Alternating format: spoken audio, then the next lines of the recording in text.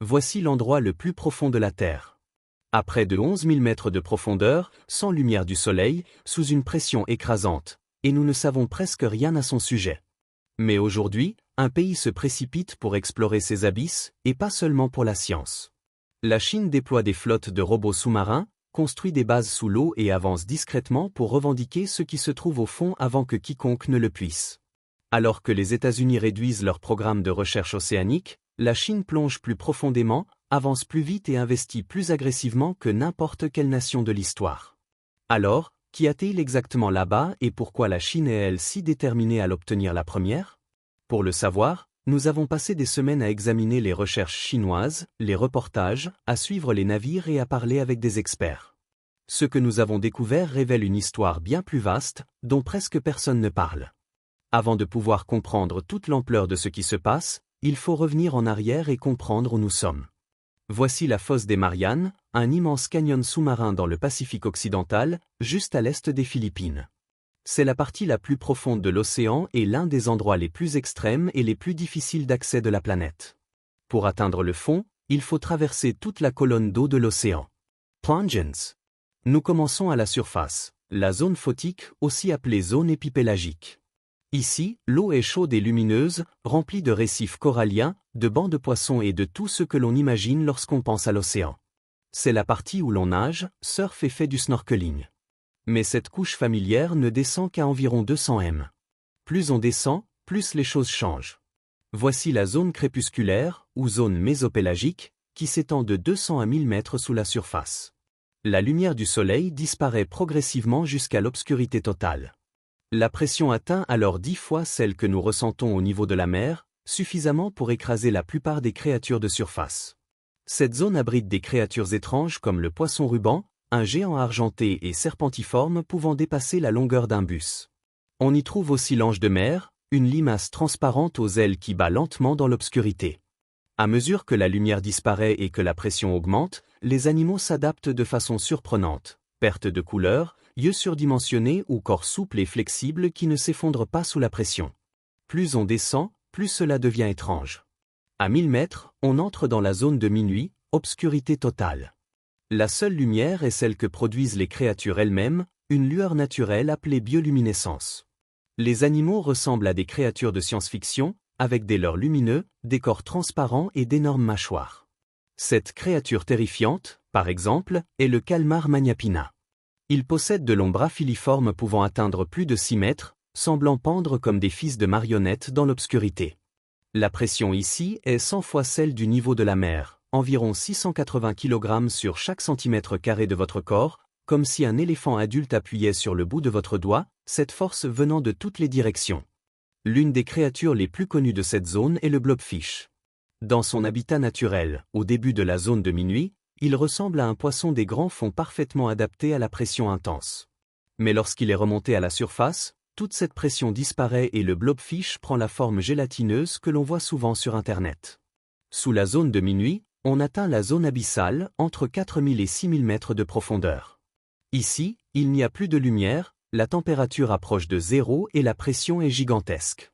La vie y existe encore. Des poissons à la mâchoire impressionnante, des crabes aveugles et des crevettes qui se nourrissent des restes tombant des couches supérieures. Puis vient la zone adale, qui comprend les fosses océaniques comme celle des Mariannes. Ces fosses descendent au-delà de 6000 mètres et peuvent atteindre près de 11 000 m. C'est l'endroit le plus inhospitalier de la planète, une obscurité totale, une température glaciale et une pression si forte que peu d'organismes peuvent y survivre. Pourtant, la vie s'y est adaptée. On y trouve des amphipodes géants, des concombres de mer translucides et même certains poissons capables de prospérer là où tout semble impossible. Ces profondeurs cachent aussi des ressources précieuses, nodules polymétalliques riches en manganèse, cobalt, nickel et terres rares, essentiels pour les batteries et les technologies modernes. C'est cette richesse qui attire la Chine. Alors que les autres pays hésitent à investir dans l'exploration des abysses, la Chine développe des submersibles habités, des robots autonomes et envisage même la construction de stations sous-marines permanentes. Cette course au grand fond n'est pas qu'une question scientifique, elle pourrait redéfinir l'équilibre géopolitique mondial. Celui qui contrôlera ces ressources possédera un avantage stratégique majeur dans l'économie de demain. Mais cette ambition soulève aussi de grandes inquiétudes. L'exploitation minière des grands fonds pourrait détruire des écosystèmes que nous commençons à peine à comprendre. Les scientifiques alertent. Nous risquons d'endommager irréversiblement l'un des derniers environnements vierges de la planète avant même d'en connaître toute la diversité. Pour l'instant, la Chine avance plus vite que quiconque, testant de nouvelles technologies et affirmant sa présence dans les zones les plus profondes de l'océan. Pendant ce temps, le reste du monde débat encore de la manière dont ces espaces devraient être partagés et protégés. La question reste entière, jusqu'où irons-nous pour exploiter les abysses? Et que sacrifierons-nous pour obtenir ce qui se cache au fond de l'océan? L'histoire de la fosse des Mariannes et des abysses n'est pas seulement celle de l'exploration scientifique, mais aussi celle d'une compétition mondiale pour la prochaine frontière des ressources. La Chine n'est pas seule, d'autres nations comme le Japon, la France et les États-Unis mènent également des recherches, mais aucune n'investit à la même échelle. Les submersibles chinois comme le Fan-12 ont déjà atteint les plus grandes profondeurs, rapportant des échantillons et cartographiant le plancher océanique avec une précision inédite. Ces missions ne servent pas seulement à la recherche, elles constituent une démonstration de puissance technologique et d'ambition stratégique. À mesure que ces explorations se multiplient, les enjeux politiques deviennent évidents. Qui possédera ces ressources? Les lois internationales actuelles, comme la Convention des Nations Unies sur le droit de la mer, sont ambiguës sur l'exploitation des grands fonds. Cela crée une zone grise où les puissances peuvent agir avant que des règles strictes soient établies. Certains experts craignent que cette course effrénée ne mène à une nouvelle forme de colonialisme des océans, où les pays les plus riches exploiteront ce qui se trouve sous la mer sans se soucier des conséquences environnementales. En parallèle, les scientifiques soulignent l'importance de préserver ces écosystèmes uniques. Les créatures qui y vivent ont évolué pendant des millions d'années dans un isolement complet. Une seule opération minière à grande échelle pourrait anéantir des espèces que nous n'avons même pas encore découvertes. Mais la Chine voit dans ces profondeurs une opportunité historique. Maîtriser la technologie pour explorer et exploiter les abysses pourrait lui donner un contrôle sur des matériaux essentiels à l'intelligence artificielle, aux énergies renouvelables et à l'industrie militaire. Plus la Chine plonge profondément, plus la pression s'accroît sur le reste du monde pour rattraper son retard. Le risque est qu'au moment où les autres nations se décideront à agir, il soit déjà trop tard. L'océan, longtemps perçu comme un espace infini et inaltérable, devient aujourd'hui un champ de bataille silencieux. Ce qui se joue à des kilomètres sous la surface pourrait redéfinir l'avenir économique, technologique et environnemental de la planète entière.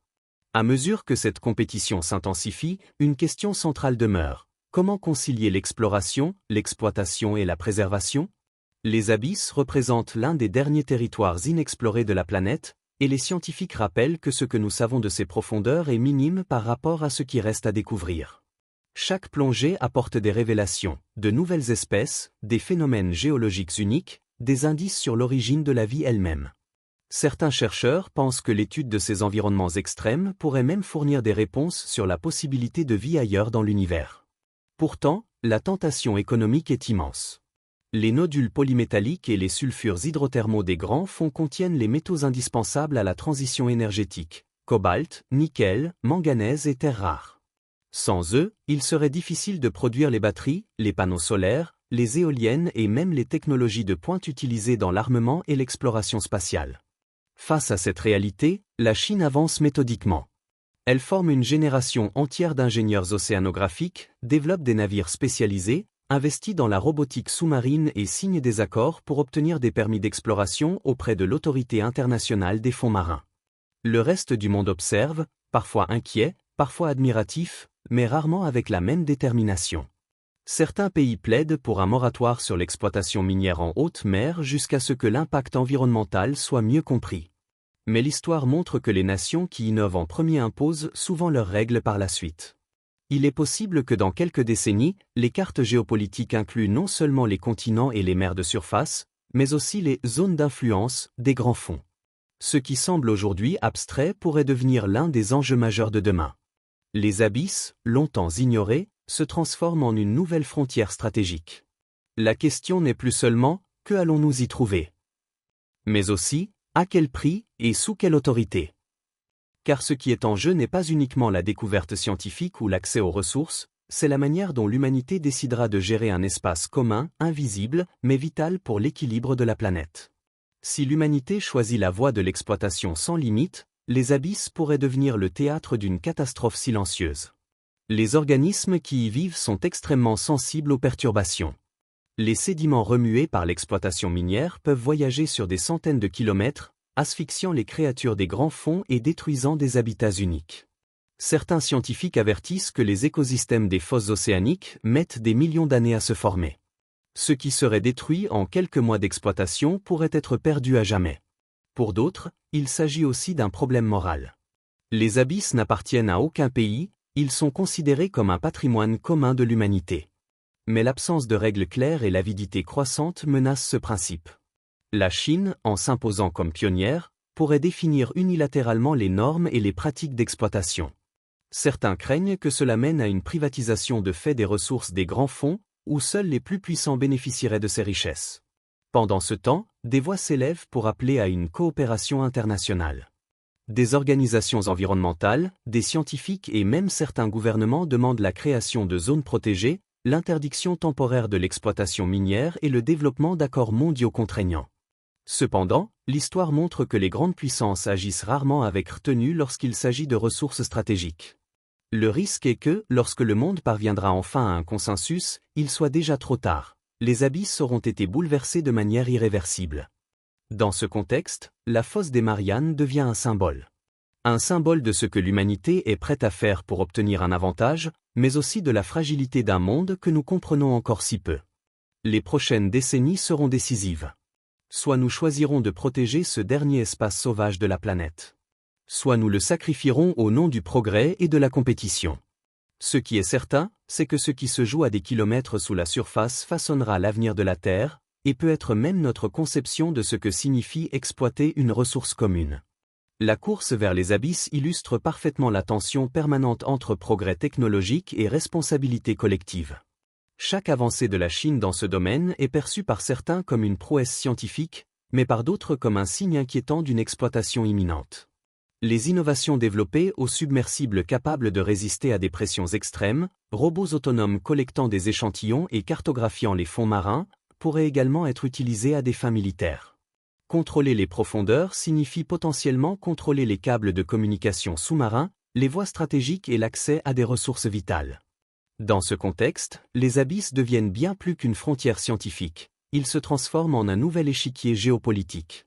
Celui qui y établira en premier une présence permanente pourrait imposer sa loi, comme cela s'est produit jadis avec la conquête de territoires terrestres ou spatiaux.